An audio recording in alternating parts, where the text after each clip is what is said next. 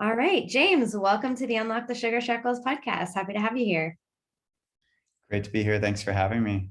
Yeah, so I love to start with my guest stories. And we know that you are a celebrity chef. You have a company about that incorporates organ meats into seasoning. So why don't you dive into that story and tell us sort of how you got to where you are? Yeah, it's funny. I grew up really loving cooking. I was a very picky eater, so I wouldn't say I loved food, but I loved cooking. And for some reason, though, from a very young age, I thought it was not a career because I only knew chefs that were working at night and owning restaurants that way. I didn't know there was any other option. So for most of my life, I just thought as a hobby, I was one of those people that if I got like a cookbook or if I got a food magazine, I would read it from cover to end. I loved it. I just really thrived on learning as much as I could on my own, but ultimately didn't see it as a career until 9/11 happened. 9/11 happened. I know 9/11 happened. And I was like, I did this whole audit of my life and I was like, okay, uh, I only want to do things that come from my heart and I want to be on mission, for why I'm on this planet. And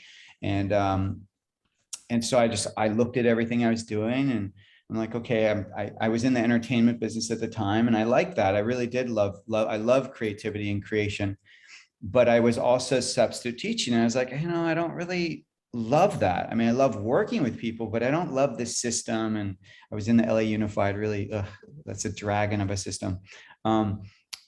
So I basically said, okay, I then like looked at my childhood and I was like, well, what did I love as a kid?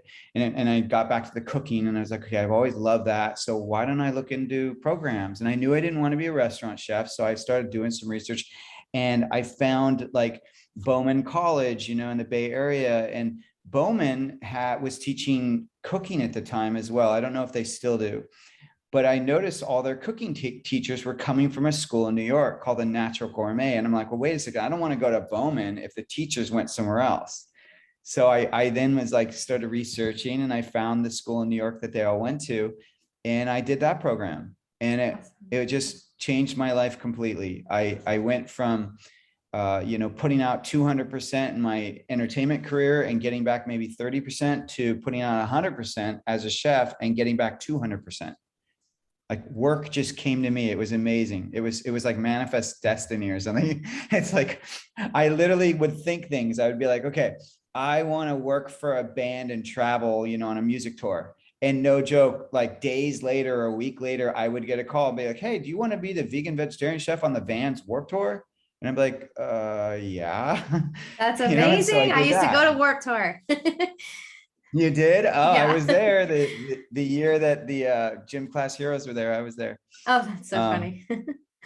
yeah, so I did that and I literally I would think it and it would happen. So I just felt really on point and I was just jazzed and passionate about what I was doing. And I started cooking for a lot of celebrities. As you mentioned in the intro, I cooked for Tom Cruise. And while I was cooking for him, it was an amazing job, really hard, but really rewarding. I really gained my confidence working for him. And I was working for him for almost 2 years. And I was like, I feel like I need to do more than just work for that kind of 1%. I was like, I feel like the way I cook, the things I do with food can help more people. And I just wasn't seeing this kind of thought around food in the processed foods at the time. I think I'm seeing it a lot more nowadays, but 16 years ago, I didn't see it. So I was like, I want to start a meal delivery service so I can reach more people. And so I started that in LA. And that was a bear because I didn't really know what I was doing. Like I was one of those people, I knew how to cook, but I didn't necessarily know how to run a business. And they're two different skills completely. So I did a lot of growth and learning in those 8 years I owned that business, but ultimately it took a lot of my health. Like I didn't get much sleep. I wasn't eating well. I barely exercised. There's just so much that I didn't do that I was preaching, which I know a lot of practitioners, anyone in the health field can identify with that, right? We put so much out there to help others that the person that doesn't get the help is ourselves. Totally. Can James, your you story identify with is, that? oh my goodness, it's resonating so much. Just first of all, that you were doing something that you just were good at, but it wasn't filling you up. And I was a speech pathologist before this, and I was good at it, but I was not getting those returns. And until I switched my career, I just, got that 300% return in what I was doing. But now there's this line of, I also, I'm good at nutrition, but how do I'm new to entrepreneurship. So I'm new to running a business, and I am working really long hours. So I'm trying to find that balance where I'm not driving myself into the ground. So everything you're talking about is really resonating. Yeah, thank you. I feel like it's really the journey of an entrepreneur, right? I mean, I haven't met one yet that doesn't struggle at first. And if there's one thing we've learned over the years, and I say we, meaning I think it's out there more and more, to start this new mindset, which is multitasking doesn't work. There was a period in the 90s where that's all that was talked about, was multitask this, do that. And it was like, we all tried it, but it's failed. It just fails miserably. You have no brain power, your decision fatigue. It's just, you do everything average when you do that, right? So that was one big learner for me. The other is something you're seeing more and more from some really big influencers, some really big business people, like the Amazon owner, but basically where they talk about, make sure that your health plan is part of your business plan, that they aren't separate, but they are one. So your business plan should include that time for you to make your own lunch or whatever it is, and to exercise and to meditate, whatever your self-care needs are, they're part of your business plan. And I've really taken that to heart. And so as I've now ventured into my new business, I basically eventually left LA, and I sold that meal delivery service. And I then was a stay-at-home parent, which that is its own thing as well. I really bow and show lots of gratitude to stay-at-home parents, because that is some of the hardest work I've ever done. Really, really challenging. But during that time, I was able to get my health back. And then I also got my creativity back. And during that time is when I came up with this new food product, which is basically, it's called Pluck. And it's an organ-based seasoning. So we're taking the nutrient density of organ meats, and I'm using freeze-dried powdered organs, and I do 5 of them: liver, heart, kidney, spleen, and pancreas. And I combine them with organic spices and herbs to offset that kind of organ flavor. And what you have with Pluck is just a seasoning that you use just like salt and pepper. So no new habit, which is really key.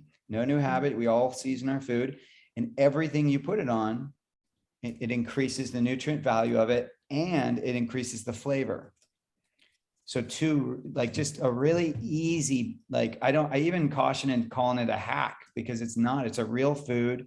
There's nothing kind of hack like. We don't look at seasoning our food as a hack. It's just an everyday thing. So it's just a way to get organ meats. It's kind of like the gateway to getting organ meats into your diet, and doing it really easily. You don't even need to know how to cook. You could be ordering food out, which I don't necessarily recommend for health reasons. But let's just say if we all live in this world where we have to be realistic and we eat out, right? Well, you could sprinkle it on your to-go food and then still reap the benefits. So it relieves any of those barriers that we all experience around getting organ meats into our diet.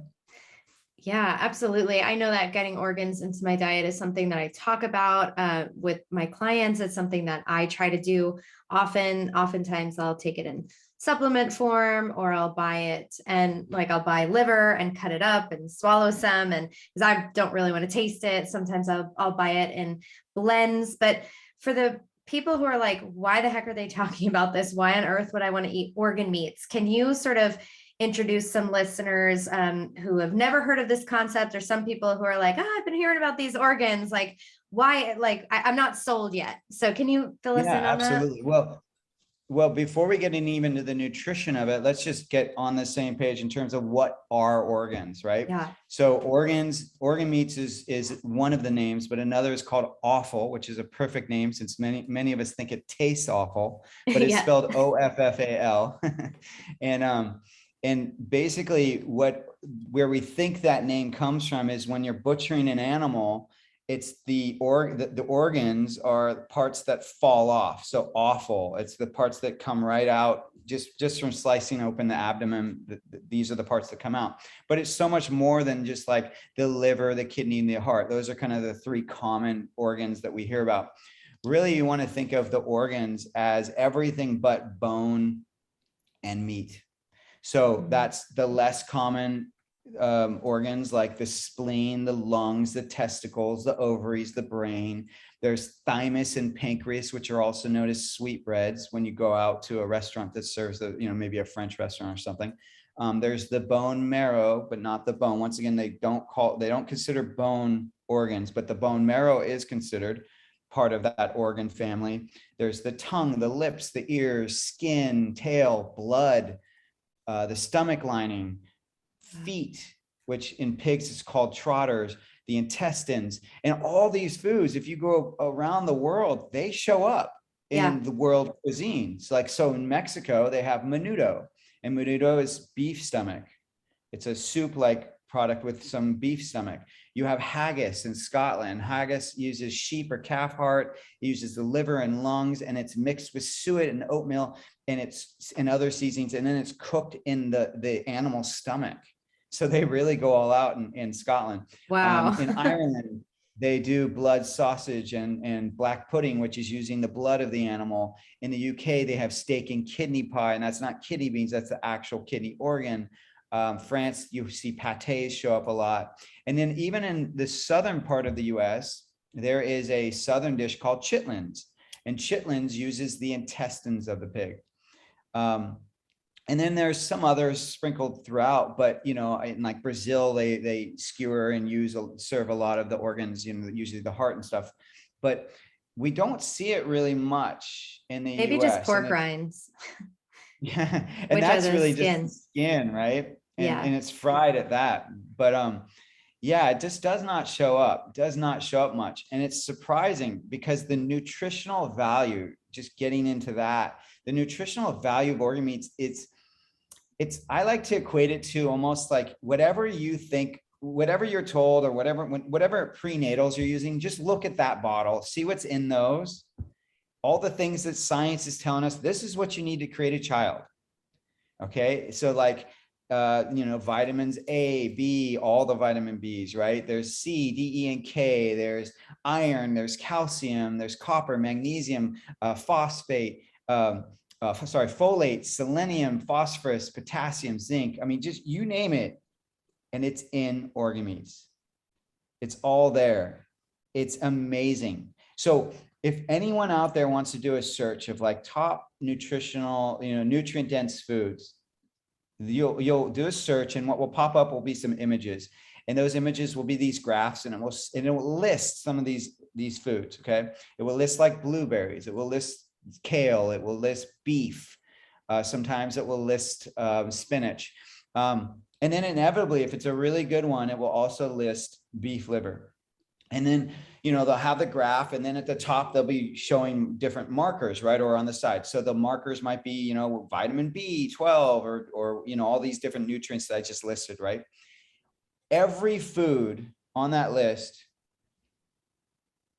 basically, so every nutritional vitamin nutrient that they're marking, every box will be checked off for only one of those foods if they're showing it, which is beef liver. Every other one, there will be one or more boxes just with nothing.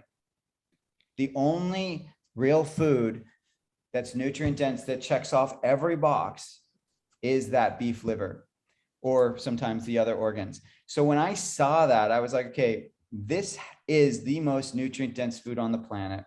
And what's really key is that the nutrients are bioavailable. They are whole food based, and our bodies can recognize them and absorb them. So for example, the iron, right? You see more and more people who are low in iron, and they even might be taking supplements. But if they're only taking iron supplements and they're not also getting other things, then a lot of times they'll get constipated, they'll have more issues. Just give them liver. It's a whole food, and your body completely knows what to do with it. It's heme iron, so it can absorb all of it. And if anything it doesn't need, it just gets rid of through your pee or poop or whatever, right? Or through sweat, it just gets rid of whatever it doesn't need. But the key is that the body knows what to do with it. And when it's synthetic, that is not always the case. So I am a huge fan of that nose to tail eating, because to me, it's like, these are nutrients that are incredibly available to us. There, something like 92% of Americans are nutrient deficient. So we're nutrient deficient society. We're not eating nose to tail, and it has nothing to do with calories, because we're calorie rich. This is an obese nation, right? It's something like 73% men, 63% of women are obese or overweight. So it's not calories, it's the food we're choosing to put in our body. And the key is, we're not choosing nose to tail. So why are we not choosing it? How can I make it easier for you? And that's why Pluck exists. And I'm getting 5 organs into your diet when you do it.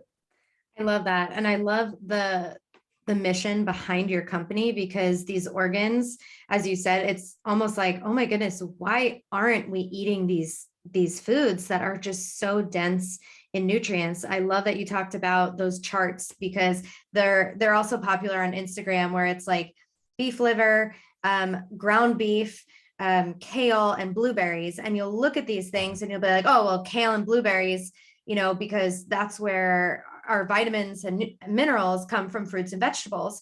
And you look at a chart like that, and the beef by itself is much more nutrient dense than the fruit and vegetable, but the beef liver makes the beef look like nothing. Yeah, like and candy. yeah, it's just unreal how dense these foods are in nutrients. And I think that goes to show, I like to tell my clients and my students that our body runs on nutrients, and we kind of forget this. We're kind of detached from that simple fact. Like, I think we would all know it if we had to think about it.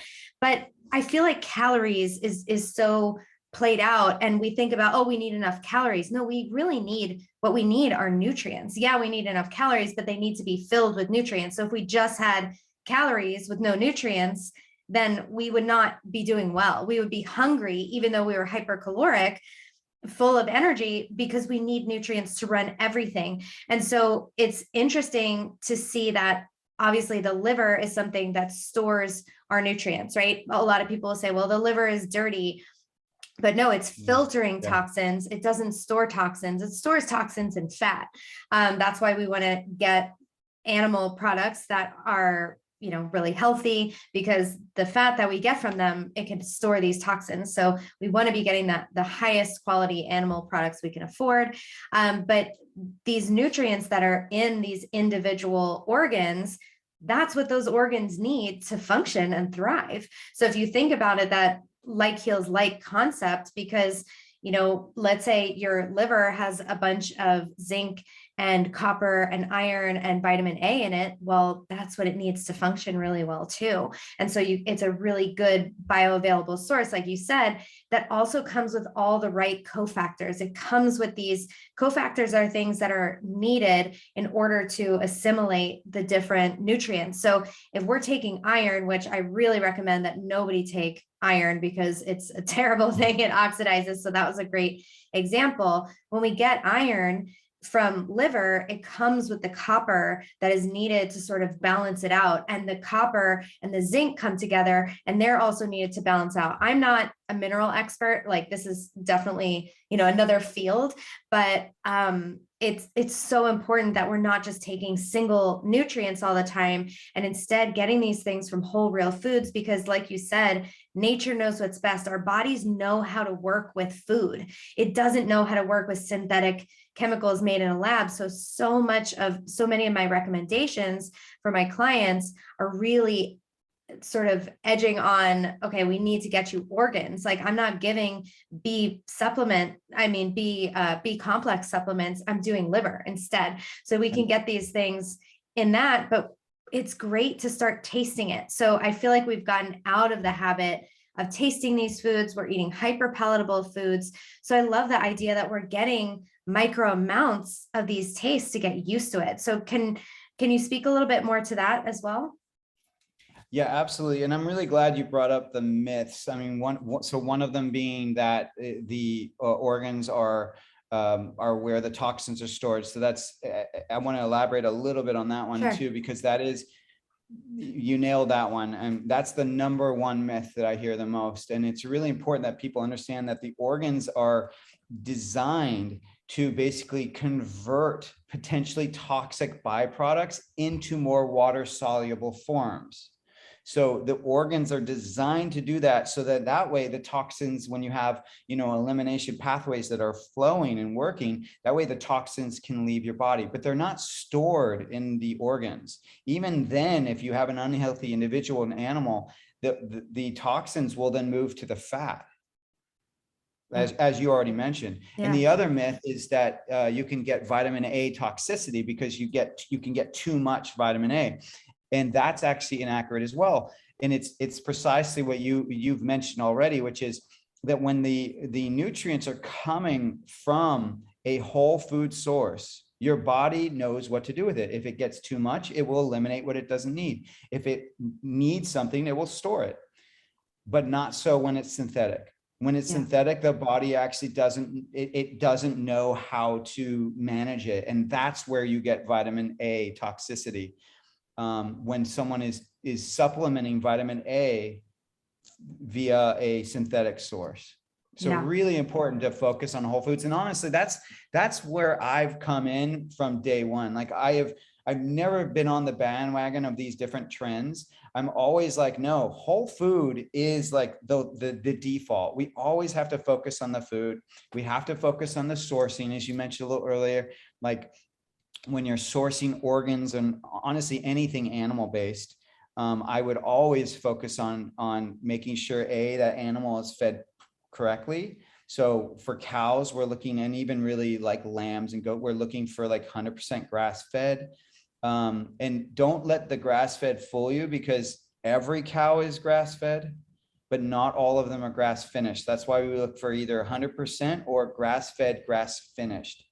So there's a couple like little marketing terms, like for example, poultry is not, they don't put hormones in chicken. So when you see the chicken says no hormones, no antibiotics, they never put hormones or antibiotics in chicken. So it's like, it's just a marketing ploy, but they would never do that anyway. So you want to be adept at that kind of stuff, but look for 100% grass fed. Pastured is another term that's used a lot.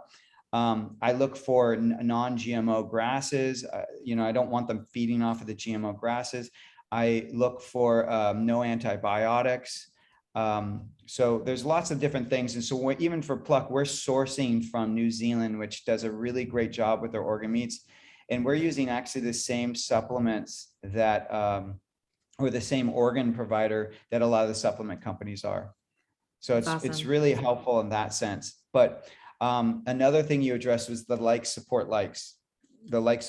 I'm so jazzed that you brought that up, because a lot of people don't think about that, but it really is true, right? So the nutrients in those organs are designed to, as we talked about earlier, to filter and to convert potential byproducts, right? So the nutrients in the organ is designed to function for other parts of your body, right? So if you're eating that liver that's plenty, has all those nutrients, those are the same nutrients that your liver needs. The same thing if you're eating brain. There's a lot of belief that we're seeing a lot of dementia and stuff like that, but that if we were eating more brain, we would be able to support people getting healthier in their brain health. We talk about joints, arthritis, right? The more collagen you can be getting in your diet. There's so many different things when we look at the nose to tail and think about supports, there's so much more we could be doing. And ultimately the question of which you brought up was, that we're not doing this. So how can we ease into these organ meats? Because it is daunting, right? That it's really daunting. The kind of barriers that I identified early on when I was just coming up with the idea was, one is that taste. People associate organ meats as having that icky taste. And it's so funny is that I've met people that associate it with icky taste and they've never tried it. So a lot of times that icky taste is not even supported in their own experience. It's just this association, a general association. I think that's fascinating, because there's not many things we just go ick to that we haven't actually tried, I mean, or smelled or experienced in some level, right? But with organ meats, there's no experience. It's just, oh no, it's icky. It's like, what? Interesting. So there's that. There's the sourcing. A lot of people don't know where to source it. There's the culinary know-how, like how to cook it. A lot of people don't know how to cook it. And then, as you mentioned, maybe you should be eating it, so you're buying it in supplement form, but then you have to remember to take them. And so sometimes even that's an issue. You have a busy day, you forget to take your supplements. So those are the hurdles that I identified. And Pluck basically handles all of them. And so I call Pluck the gateway to getting organ meats into your diet. It's easy. It's no different than salt and peppering, but as you mentioned, it's micro dosing. So micro dosing plus frequent use equals a cumulative effect. And that's key, because if you eat, because I always get asked this question, like, well, wouldn't I get more nutrients eating the whole organ? Absolutely, you would.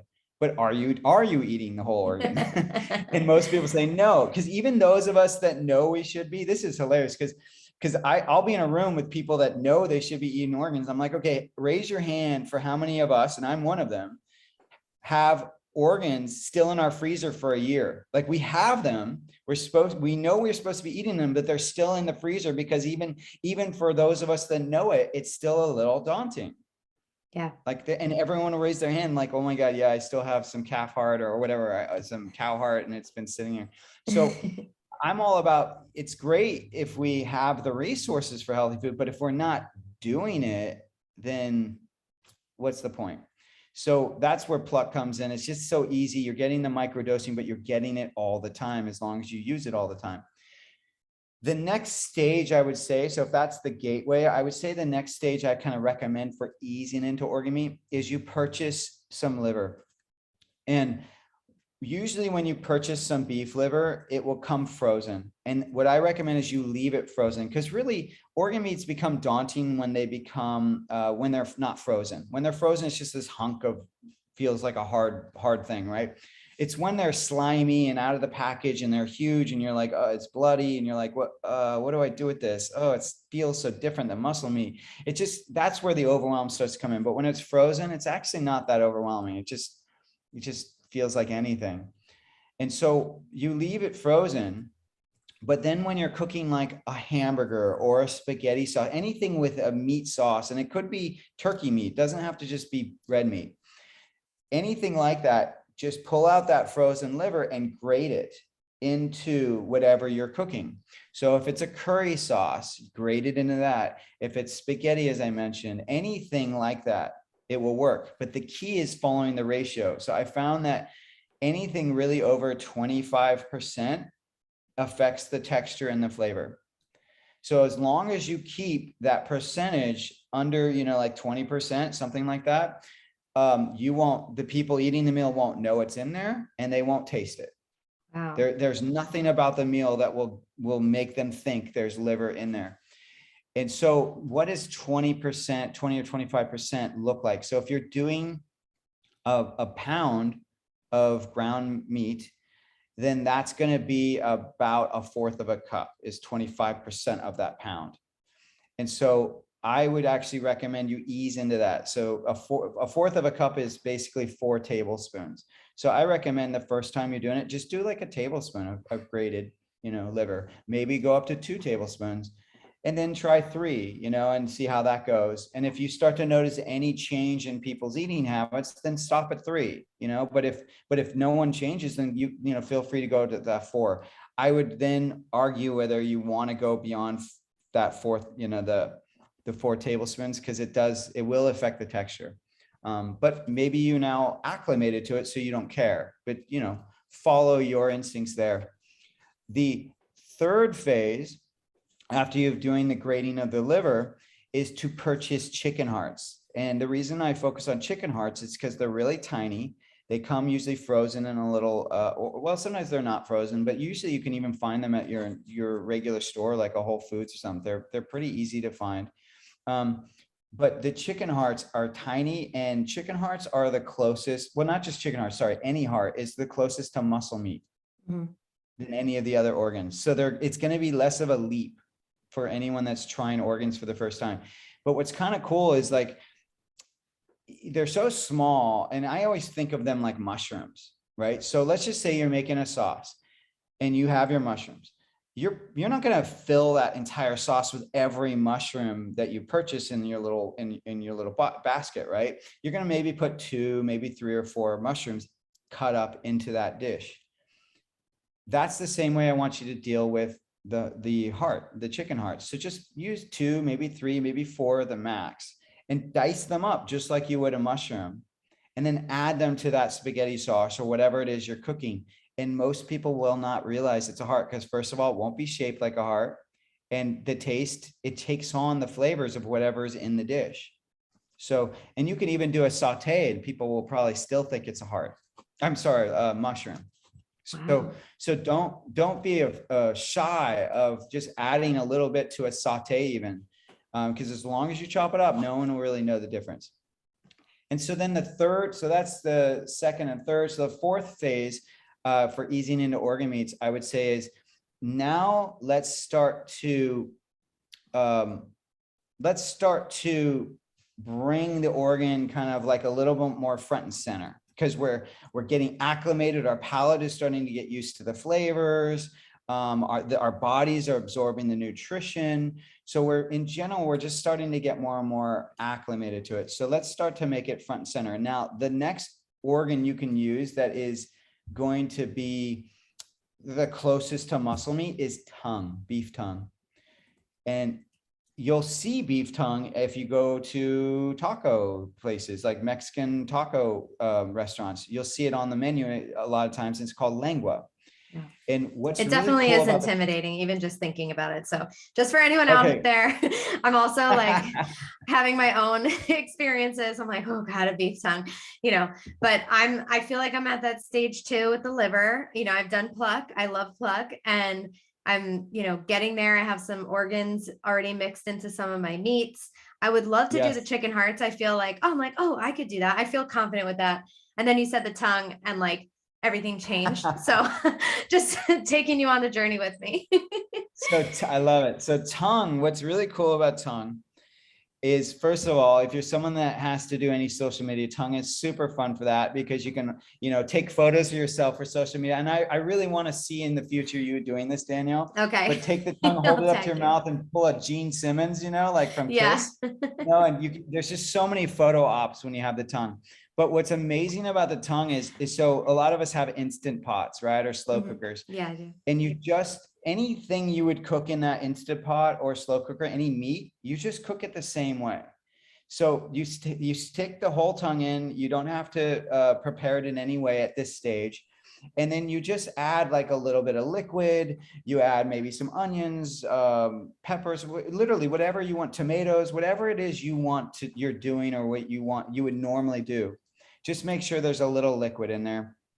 And then cook it similarly to how you would braise a meat. So if it's in an Instant Pot, I would choose about an hour. If it's in a slow cooker, I would do maybe an hour and a half to up to 2.5 hours. You don't have to do it that long. But what happens after you braise tongue is there's a skin on top of it. It's kind of like a sandpapery kind of, I'm going to say hairy, even though it's not hair, but it's got texture to it. So that sheath, that skin peels off. It just easily peels off once you cook it. And so what happens is you pull it out, you let it cool a little bit, and then just kind of, it's already going to be peeling. So just kind of take your fingers and pull it off. And it's almost like you're pulling off a leather jacket or something. It's kind of like that. It's weird. But once you pull it off, underneath it is this stringy muscle meat. And it's no different than carnitas in that sense. And so then what you can do is take a fork and string it up or chop it up. But here's the tip to then really making it soar. You add some seasonings like salt, anything to give it some more flavor, stick it under the broiler and crisp it up just like you would carnitas. And I promise you, put it in your tacos and all the toppings, no one will know that is tongue. Nobody will know. Wow.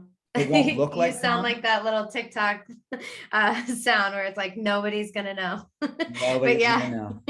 They won't think of it because it doesn't look like it. It doesn't taste like it's going to take on whatever flavors you're adding to your taco. And you know, if you really want to like create a safeguard, and this is actually something I did just a couple days ago. We celebrated my wife's birthday, and we invited people over, and we did a whole taco thing. And what I did was I cooked the tongue with some pork shoulder. So I cooked both of them together, and then I cut them up and I mixed them together. So now I have a flavor that people are very used to with a flavor that maybe people aren't so used to, and they offset each other. Perfect. And then I added a sauce to it, and literally no one knew. I didn't hide it from anyone. So when people were trying it, I was very deliberate and say, hey, this is beef and pork, but it's beef tongue. And at first they do that face. And they're like, oh, really? But I'll try it. And every single person that tried it said, wow, it doesn't taste weird. And they were like, and it's really good. I'm like, yeah, if I hadn't told you it was beef tongue, you would have thought it was just beef. Yeah.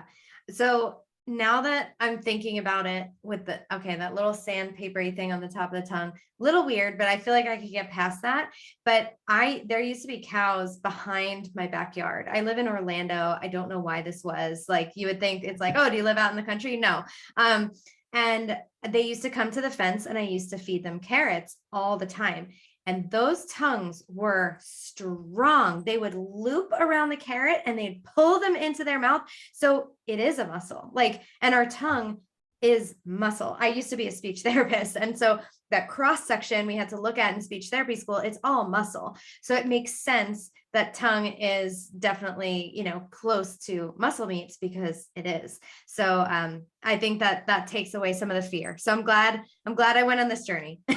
Yes. And here's the other really important things too. So one is it's cheaper than muscle meat. So price. So as anyone that's concerned about price, particularly when you're telling them buy 100% grass fed, right? It's going to be more expensive. Well, guess what? The tongue is a cut of 100% grass fed beef cow. That's a lot cheaper than the muscle meat, a lot cheaper. So right there, it's cheaper. And then two, it's more nutritious. So you're getting more bang for your buck when you buy a tongue and use that for your tacos than if you used, beef, a cut of beef. All right, I'm sold. And, yeah. The fear has passed. And then once you've done that, I really do believe like tongue is the one that once you've done tongue, now you're like primed to do other things. Like you can do pâtés, you can do liver and onions. Like you're just gonna bust through any preconceived notions of what's not, of what you are uncomfortable with, and you're gonna suddenly feel comfortable with it. And you're gonna see like, oh, this is fuel. This is not food. It doesn't have to be just this emotional muck that we make it, but it's actually fuel. And I can lower my bill by buying these organs, and I can get more nutrition from them. And I don't have to be intimidated by them. And I mean, you'll see things, like for example, you start eating heart. CoQ10 is in heart. CoQ10 is like vital for energy production. So you might see your energy increases, you might see you sleep better because you're getting more of those B vitamins. You're going to see changes the more you start to incorporate this nose to tail eating. Hands down. Absolutely. I had a client who said, I started taking the liver, grass-fed liver supplements you recommended to me. She's like, I don't know if it's placebo effect, but she's like, I just have so much energy. I was like, no, that's what it is. She's like, do those give you energy? She didn't even know. And she was experiencing more energy. And that's what happens when you get the right nutrition. And, circling this back to blood sugar, because that's what, my listeners are generally here for, but we're also here for the, general health. And the liver is one of the major organs of blood sugar regulation. So when you support the liver, you support better blood sugar. So when we support the body's foundations, which are our organs, and getting these nutrients, everything in the body works better. So that means more energy, better sleep, better blood sugar, you name it. So exactly what you said, that's really a good point. Well, and I'm sure you've talked about this a lot with your audience, but we can never forget that the choices we make are really key, right? And sometimes it's the choices we're not making. And when you get these nutrients, it's, you know, when you get that good fat in your diet, when you get the certain amount of protein, when you get these nutrients that you're not getting, it's amazing what the cravings that kind of go away, the blood sugar regulation that happens. Because really a lot of blood sugar regulation happens by the food choices, right? It's so much of it, you know, most of it is the choices you're making. And we make a lot of those choices because we're either feeling emotional or because we're deficient. So the deficiency is inspiring us to eat something else, or we've eaten not enough of something. So like maybe we didn't eat enough fat, you know, so now we're craving sugar. So it's amazing when you start to incorporate nose to tail eating, a lot of that stuff goes away. And you actually find that you're not as carnivorous as maybe you were when you were only eating muscle meat. Like you just don't need as much. Wow. That's great. That's really interesting. And that I like that you talked about how deficiencies drive cravings. And so a lot of us, exactly what you said, it's not from the things that we are doing, but sometimes the things that we're missing out on, right? And so we need to be, there's foods that we want to avoid, but what do we fill that gap in with? We need to fill it with nutrient dense foods. And so can you sort of help us, you know, some things in the kitchen? You're a chef, and, you know, what do you see people sort of struggling with, or maybe some tips that, you know, you help people with? Because I want my listeners to be cooking real food from home. You mentioned cooking food, you mentioned real food. So this takes a lot of preparation. I'm totally self-taught. When I went paleo back in 2012, I sort of come from that paleo camp. I taught myself how to cook from Diane Sanfilippo's cookbooks and YouTube. I learned how to cut an onion, and I'm, you know, very much winging it in the kitchen. So do you have any sort of tips to help maybe some people like me or people who are starting out? Yeah, the number one mover I've found for someone's health in the kitchen, specifically, because if we talk about health in general, you know, of course, you'd probably hear sleep is the number one, because, you know, you get good sleep, you make better choices, right? So I definitely would say sleep is always something we have to look at first. Of course, stress and whatnot. But when talking specifically about the kitchen and our habits in the kitchen, there's one thing that I truly think is a mover, and it's meal planning. And meal planning is something that a lot of people don't talk about that much. You have to take, you know, some time out of one day to plan it, but here's the benefit of meal planning. So one thing is you create a grocery list, right? So all your planning happens in that an hour or two, that one day. You create a grocery list. So right away, now you are going to the grocery store, and now you're working off of that list, right? So that means no impulsive buys. And that's really important, because those of us that go to that grocery store hungry, or that don't have a list guiding us on our choices, we make impulsive buys. And they know that. They know that. That's why they position the candy bars right near the, you know, checkout line. So they know that. And when you come in with a plan, nothing can dissuade you. It's beautiful in that sense. So I really offer, like, don't think you have to like strong arm, your cravings. It's like, just create the list and go off of the list. The other thing it helps with is decision fatigue. You know, we talked about earlier about how we shouldn't be multitasking, that our health plan should be part of our business plan. And one of the things that we all run into, whether you're single or a parent, doesn't matter, is you have decision fatigue by the end of the day. So you start off making great decisions early on in the day, but slowly throughout the day, your decision-making skills start to lapse. And that's when we tend to make poor decisions. And when do we tend to make those? Right around dinner time, right? So if you haven't planned your day, you end a really hard day and you're just like, oh my gosh, it's 5, it's 6. I don't know what we're going to make for dinner. Let's just eat out. I'm going to order a pizza, right? Or let's just pull whatever we have in the freezer out. And then now you're eating some kind of frozen processed food. So when you meal plan, you're looking at your entire week. So when you're figuring out what meals to make, you're also looking at your calendar, and you're going, okay, you know what? Wednesday, I'm in meetings all day. So I cannot start cooking until 5. So what I'm going to do on Wednesday is I'm going to do a slow cook meal or an Instant Pot meal. So that means in the morning, I'm going to throw everything in there. I'm going to turn it on, either set it for a later time or just turn it on. It doesn't matter. And then when it's going to cook while I'm on all my calls. And when I'm done with my call, it's ready. All I add is maybe some arugula or some, I don't know, whatever vegetable you want to add to it at the end, because you can even open it up the top, throw in that green leafy vegetable, and then put the lid back on. The residual heat will just cook it up and then it's ready to go. So you can really make it easier and plan your week that way. And then the thing I would also offer around meal planning to kind of demystify it is you don't have to know what to cook. Like simply, we all have cookbooks on our shelves that we never touch. Just grab one. So this week you're working out of this cookbook. Maybe get a magazine subscription to like Bon Appetit or something. So that way you're getting a magazine every month or whatever it is, and just flip through it and like, okay, I'm going to make this week, this day, and just pick the things that are attractive to you, that kind of look good, and then position them in your week based on your schedule. And you'll find that alone, it's going to be a game changer. It's a game changer in what you bring into your house. It's a game changer in the foods you choose. And you'll just see that your stress level will go down. It's just so much easier. You feel better, particularly as a parent. You feel horrible. You feel like mud every time you order out with your kids and you get pizza. You're like, oh, pizza again, or whatever. Every time you eat out, it's impossible to be healthy when you eat out. Impossible.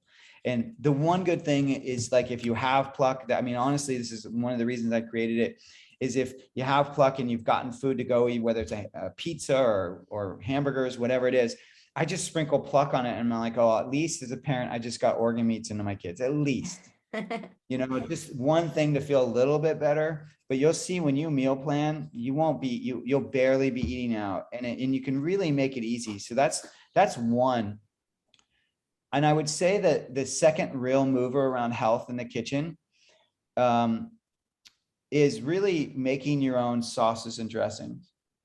A lot of us purchase those, and I'm sure you've talked about this on your social media and probably to your clients, is the oils and the ingredients that are in these packaged goods are just some of the worst. It's some of the worst stuff. They put sugar when they don't need it. They are overly salted. They have preservatives to make them shelf stable. They add other things to make it so the oils and whatnot don't separate. They use cheap oils. It's just some of the worst stuff you can use. A lot of bad vegetable oils. So yep. I usually recommend just start slowly.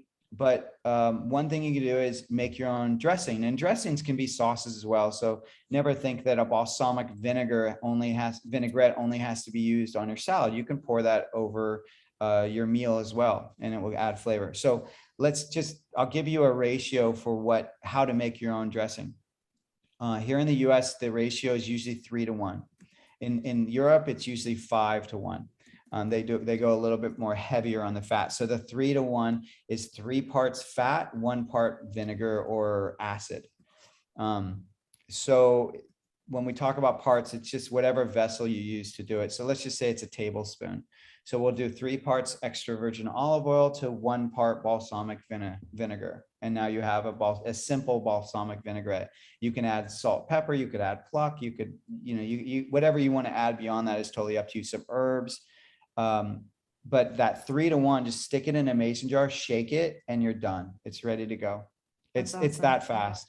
And you can mess around with other kinds of acids. So vinegar is a form of an acid. So you could use lemon juice, you can use lime juice, you can use champagne vinegar, you can use apple cider vinegar. You can mess around with the oils and the vinegars, but holy moly, you'll see that the difference is extreme. The flavor is great, but your body will feel better not getting all that junk from that processed food.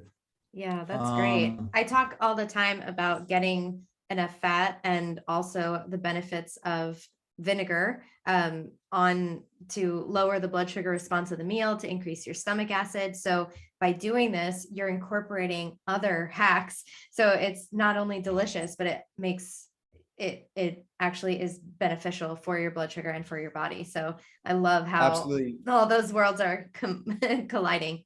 Yeah, no, like you said, depending on what you use, if it's apple cider vinegar, lemon juice, that's going to help digestibility. It's a win-win. I mean, when you use real food, it is a win-win. It's a win-win, Yeah. hands down. Just Yeah. the more, and you really will see the difference. It's just, I cannot underestimate that. You know, I've been in this field for over 16 years. I have worked with dietitians, with nutritionists, psychic nutritionists. I mean, I've worked with doctors. I've worked with everyone you could think of, because I was the how guy. I was the guy, like, they would be like, the practitioner would be like, okay, this is what you need to do, and this is why. Right. But then, of course, usually that list of food that they're not supposed to eat that the practitioner gives the client is like everything they're currently eating. So they sit there and they're like, but what do I eat? How do I do this? This doesn't feel practical. And so then they would bring me in and I would show the client how to do it in their kitchen, how to actually practically bring in these changes and make it feel like they're not being deprived. And I can just tell you the effects of when people started to make these changes and they were using real foods and removing these poor oils and all the sugars from their diets and things like that. It was what other people, the clients, would call it, I feel miraculous. Like, I feel miraculously different. And I'd be like, no, that's just real food. Yeah. Like, it's not a miracle. It's just eating real food and pulling that junk out of your body. And it's the junk that we don't know, right? It's what's that saying? Like, it's the devil. The devil is in the things that we don't know, or something. Like, there's some saying. I can't think of it, but I know what you're talking about. Yeah. You know what I'm talking about? Mm-hmm. I feel it's the same way when we're eating processed foods. It's the stuff in the processed food that we're not aware of. That's the stuff that's really getting us. Yeah. Because there's stuff that's in there, from artificial flavors to even natural flavors. And no one really knows what those are, because those are unregulated companies. So there's so much about processed foods that's hidden. It's not transparent. I mean, I love showing on my own social media about how the hypocrisy of it all, like RX bars, for example, right? RX bars on the front of it, they'll say like, oh, it's all natural, it has this, it's only three ingredients. But then when you go to the back, it's like natural flavors. It's like all these other things that they didn't list on the front. So you really have to, when you're looking at processed foods or anything at the grocery store that's in those middle aisles, you have to look at it as though the front is the advertisement. The thing on the back, the label on the back, is going to be the more regulated part, and particularly that ingredients, they can't escape that. They can't not put something. Well, that's not true. Sometimes they hide things and things, like, so artificial flavors have much more than just flavors in them. But for the most part, that's where you're going to be revealed on what is in it. And if it's anything you don't recognize, just don't buy it. Yeah, I tell my clients, the first step is turn it over, read the ingredients. I don't care about anything that it says on the front. It's advertising exactly like you said. And if you look at the ingredients, they're listed in order by weight. So that's important to know too. But people are like, well, I don't know, because I don't understand. I'm like, you know what food is. Don't outsource this. Like, you don't need a degree in, chemistry to know what food is. Food looks like onion powder, organic black pepper, like organic olive oil. You know what food is. So when you see like foods that are, I say, if it's not in your cabinet at home, it probably shouldn't be in your food, because we have foods and spices in our cabinets at home, and then we don't carry that other stuff. We don't have like disodium, EDTA, whatever. Right. Like I don't use that to cook. Right. So the ingredients in Pluck are all, it's like a bunch of organs, and then they are spices that you recognize. The end. Like, I could make it in my kitchen if I wanted. So I always say that that's the type of food that you should be eating. So I couldn't agree more. Yeah, absolutely. And just those changes, you'll see everyone listening, if you just incorporate those, you'll start to see major health changes in yourself. Skin will clear up. I mean, it's just amazing what eating real food can do. And I would finish out this little section in terms of like things you can do in your kitchen. I would just add like things that I do in how I cook is I incorporate vegetables in a way, or even like I use real food to my advantage. And so what I mean by that is, for example, like if you have lemons handy in your kitchen, which is always a nice thing to have, and you're cooking a dish or making a dressing or anything like that, and you're like, it's just kind of flat. If you feel like that dish is flat, just take your zester and zest some lemon peel into it. And boom, it will just brighten. It will brighten whatever you do it to. So that's one, like kind of one tip.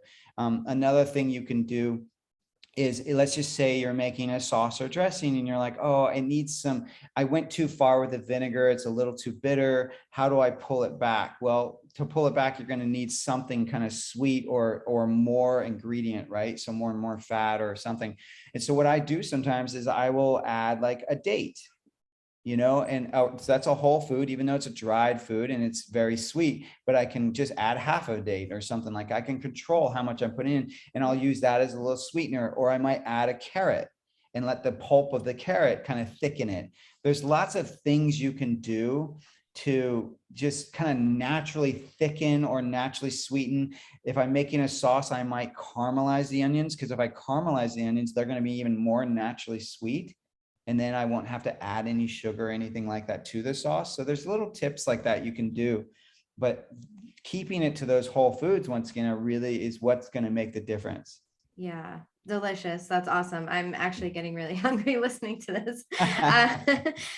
So James, I have just one more question for you. Can you talk about picky eating, and especially how it relates to kids? Like, what are some tips? I know you're a dad yourself. Can you tell us any sort of tips or any sort of wisdom that you have in that area? Yeah. And I definitely want to just acknowledge that parenting is not easy. I was a picky eater growing up. And when I look back to my picky eating, I would say that on a certain level, I was my picky eating was coming from a place of, I was probably feeling emotionally chaotic.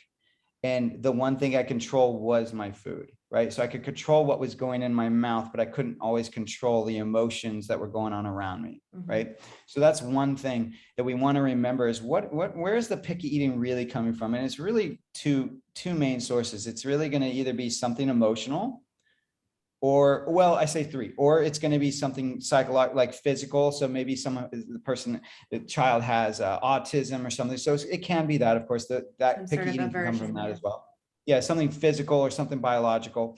And then the third is sometimes it can be that nutrient deficiency, like something's going on.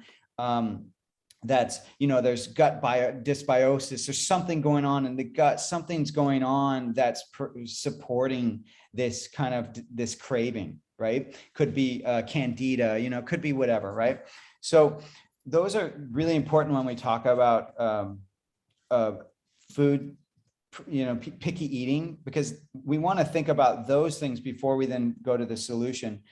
And so then as a parent, you have to then go, okay, do I want to hide what I'm putting in my food, or do I want to be transparent about it? Which is going to best serve the kid?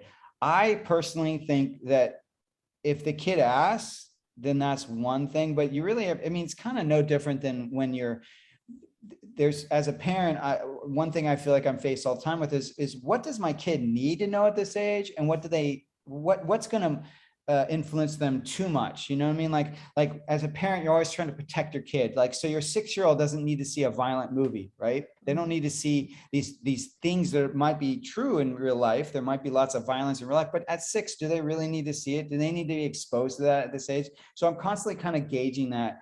And so, like, for example, when people are buying Pluck, for example, and they're easing that into their kids' diets, I'm always like, don't tell them. Like, do you buy lemon pepper seasoning and read everything that's in it? You just say, no, it's a new seasoning. Here, try it. Like, they don't need to know everything, right? But the biggest thing is I hold back on that information if I think it's going to stop them from trying it, right? Yeah. We need to give, the kids need to be able to give something a true try. And if whatever the information is that's going to stop them from trying it, then I say that's an issue. The other thing I would say, and this is kind of a tough love thing, is I hear sometimes from parents and they're like, oh, my kid's addicted to Cheerios. It's like, okay, well, but there's no trees that have Cheerios hanging from them. Like, so where did the kid get exposed to the Cheerios? And more likely than not, it's because you brought them into the house, right?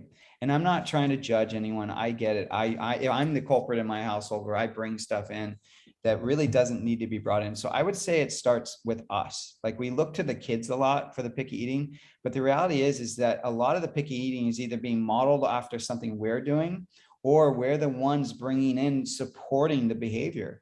We're rewarding our kids with treats, and we're teaching them that, oh, when I'm having a hard day, or when I've done something good, I should reward myself with a food item, particularly a sweet food item. And right there, I would offer, like, we need to stop that. Food is not a reward, it's a fuel. Yeah. And the more we keep putting emotions on food, the more we're going to continue to perpetuate all these eating disorders. So that's one thing right away. Like, I recommend, and I'm a chef, right? But I'm telling you, we need to treat food as fuel. Every time we add this stuff to it, we're creating layers that do not need to be there. Animals, animals in the wild, food is fuel, right? It's not something that you don't see them like eating till they're going to barf. You don't see them doing that kind of stuff. Well, I guess sometimes a dog will do that, but dogs don't count because they're not wild, right? But most animals, they can regulate their body, and they eat to fuel their body. Like, they're eating out of necessity. It's not an emotional thing usually for a wild animal. So really important. And then the choices we're making on what food we're bringing in, like, I've learned that if the ice cream's in the house, I'm going to eat it. And I do have trouble regulating. I really do. I can't regulate very well. So I've learned that the tool I need to regulate is to just not bring it in. So a lot of times when I'm treating the kids, we'll do it outside of the house. So then that way it's a controlled environment. It's like a one-time deal. And then there's none of this, like, I go into this place, even though I wasn't born in the Depression era, but for some reason I treat food like the Depression era. So let's say it's a gallon of ice cream, and I'll look at it and go like, oh, we can't waste it. I've got to eat all of it right now, or it's going to go to waste. And I just get this mentality of like, oh, the chip bag. No, we can't just leave a little bit in there. We got to eat it all. Like, I go to that mentality. So I'm just like, anything that will stop that. But mostly, the last thing I would say about picky eating specifically is just hide the food as much as you can.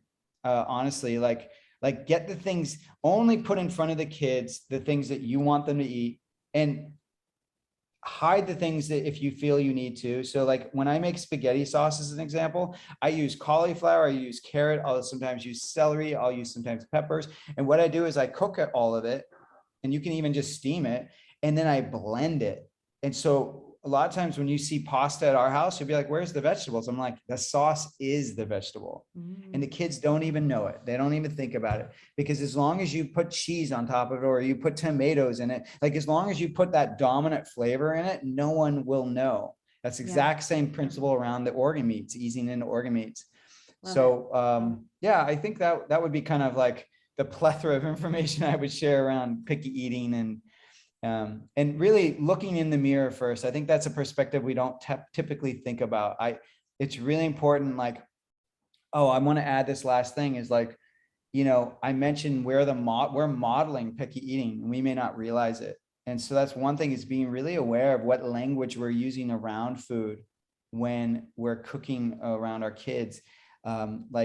Like I'm thinking of someone I know who he's a picky eater. And so when he's around his kids, he's like, oh, I won't eat that. Like he's very clear of like what works for him or not. And he declares it, and his kids see him declare it. And guess what? They now declare it, whereas if he just shut his mouth and just kind of like made choices of what he was going to eat, but he didn't make declarations around things, maybe his kids wouldn't be so aware of like, well, dad doesn't eat this. Yeah, I think there's a learned fear of eating foods that you don't like. And when you said that, I'm like, oh, my parents are both very vocal about not liking certain foods, or one of them in particular is very, very vocal about it. And both of my parents are picky, and I was also not expected to try different foods because they understood what it was like as picky eaters themselves. Like, oh, I wouldn't make you try this. I don't like it. Oh, this is bad. Like, right. And there's a lot of fear associated with it. And when I went out with my friends and stuff in college, after college, they're like, you cannot continue to get chicken fingers from the kids menu in a restaurant. You're an adult now. Like, you have to try foods. So they would make me try food. And I remember the fear I had of trying food. And then I realized one day, it's just a taste. It's like, nothing's going to happen to you. It's just a taste. I don't know why that felt so big for me, but I started trying food, and then I started learning about food, and I started, learning about paleo. And all of a sudden I had this huge shift. I tried sardines, I tried bone broth, I tried bone marrow, I tried organs, I make pate. So I started trying all these foods. I eat salmon roe. I just swallow it whole. I'm like, I don't like this, but whatever. And people see the things that I eat and they're like, oh, I could never do that. I'm like, but you can. I was literally raised on cereal. Like, I ate cereal and breakfast foods, and my palate was very tuned towards all these, processed foods. And eventually I just said, in the name of health, and you don't have to love everything you eat. Sometimes it's just like, oh, this is good for me, I'm going to eat it. I'm like, okay, I'll get pleasure elsewhere. We don't have to get the ultimate pleasure from every single dish of food. However, that being said, healthy food made from real food can be so delicious. So it's not to say, it's not to say that real food is not good. It's even better sometimes. You have stories of foreigners coming here and they're like, why does all the food taste fake? And you and I could probably go out to some, chain restaurant and be like, God, this tastes terrible. And other people might think it tastes good, but you get really tuned in to the natural flavors that foods have. And at first, when you're shifting from processed food, your palate is missing all those punches that you're getting from sort of the chemicals that they add and the ratios they use in these factories. But once your palate gets tuned to these real foods, you'll be like, why are these Brussels sprouts so sweet? Like, what is this? You start to really notice those nuances. And I'm sure the way you cook, you definitely will. But yeah. Well, I love that you brought up the palate, because it really is true. Like, we used to do this sugar control detox, and it was fascinating. Like, so 2 weeks, we would pull people off of anything that was sweet, anything that converted into their body quickly, like into sugar. So there were no grains. It was very paleo to a degree. And I'm sure actually you probably went through this when you started eating paleo. So what happens in 2 weeks is, let's just say when people first come into the program, they're having three glasses of wine a night, which it's funny. I always say, like, that's the truth of some of these people were doing 3. And if anyone out there listening is going like, wow, that's a lot, that's actually what most people do a night. Like, is 3 glasses. That's the average, is 3 glasses. So just think of that for a second. But secondly, they'll start the sugar control detox drinking 3 a night. By the end of just 2 weeks, when they then try to drink wine again, they can barely finish a glass, like half of it, barely. And it's because in those 2 weeks, by pulling all of that, those stimulants, by pulling out all those sweet things out of their diet, now their palate has changed. And so anything that's sweet is now really sweet, because now you're tasting the true flavor of those foods. And most foods are extremely heightened. And another aspect of this that I think is fascinating is that in nature, usually flavor equals nutrition. Like, that's how it is in nature. If something is kind of sweet, that usually means it has more nutrition. Fruit is an example, right, of that, right? But our processed products have completely thrown that off. Our bodies don't know what to do when you now eat something, a processed food, and it has this unnatural heightened flavor. So your body's going, wait, is this nutritious? Oh, I should eat the whole bag. And it's like, but no, it's Doritos. Yeah. Right. They know that these people, these companies that are making these products, they are laboratory tested. So they know that if we add spicy and mild together, or sweet and salty together, you're going to want to eat more. We know that if we add MSG to this product, it's going to stimulate the umami in your taste buds, which is a unique flavor. And then it's also going to trigger that part in your brain. That's the addictive part. They know these things, and they calculate these things. And so our bodies, they do not know how to translate or decipher that, because in nature, that's not how it is. Yeah. You know, where you get something really sweet, but it has zero nutrition. So I guess what I'm really ultimately trying to say is anyone that's struggling with food, I get it. It's okay, because you're being taught to, your body is being taught to struggle with food. But all I can really help and guide you with is to say, just get off that processed food. That's the number one thing we need to do. If we can get off that processed food, we can actually give you a fighting chance. Absolutely. But when you're on that processed food, we can't help you because they're manipulating you. The food is manipulating your cravings. Yeah, absolutely. And it is designed that way. It's not a shortcoming of you. And these foods are not designed to be moderated either. So if you have trouble doing it and you're like, oh, I'm just trying to have a bite and then I go back to it, that's how they're designed. So, you know, a lot of this has to be abstinence. That's why my program, Blood Sugar Mastery, it's not just about, a lot of people know what to do, but they can't do it. And that's why having accountability, having support and coaching and coming back week after week, it's so powerful, because we need to get remotivated, because like you said, we get decision fatigue where our willpower runs out. So it's not like people don't want to change. So James, thank you so much for coming on. I feel like we could go on for another few hours. This was great. Tell people where they can find you and where they can buy Pluck. Yeah, thank you, Danielle. So Pluck, the website is eatpluck.com. And you can go there and you can look on social media for us at Eat Pluck on Instagram. Pretty much all of the social media, it's at Eat Pluck. If you'd like to learn a little bit about me on my personal, that's at Chef James Barry. That's Barry with an A. And please reach out, you know, let us know. The power of Pluck is, like I said, that microdosing, getting started. It's a really easy way to get started. So if you end up purchasing from hearing me on this podcast, like reach out and let me know what you think of it, and make sure to give it to your kids, because we haven't met a kid yet that doesn't like it. It's a great way to start getting kids that palate to start shifting. It's a great way to just get the nutrients in them. I find kids kind of treat it like salt, in that, you know, when your body is craving really good sea salt or something, and you dip your finger in it and you're like, oh, but at one point your body is like, oh, I'm done. Like it stops tasting good. Yeah. Well, I find kids with Pluck, they dip their finger in it and they just want to keep eating it, but it doesn't stop. Like, cause your body just is needing those nutrients. But I really believe it's the same. The body knows what it needs. And so fortunately, we've gotten lots of people loving it that have tasted it. So that's very fortunate.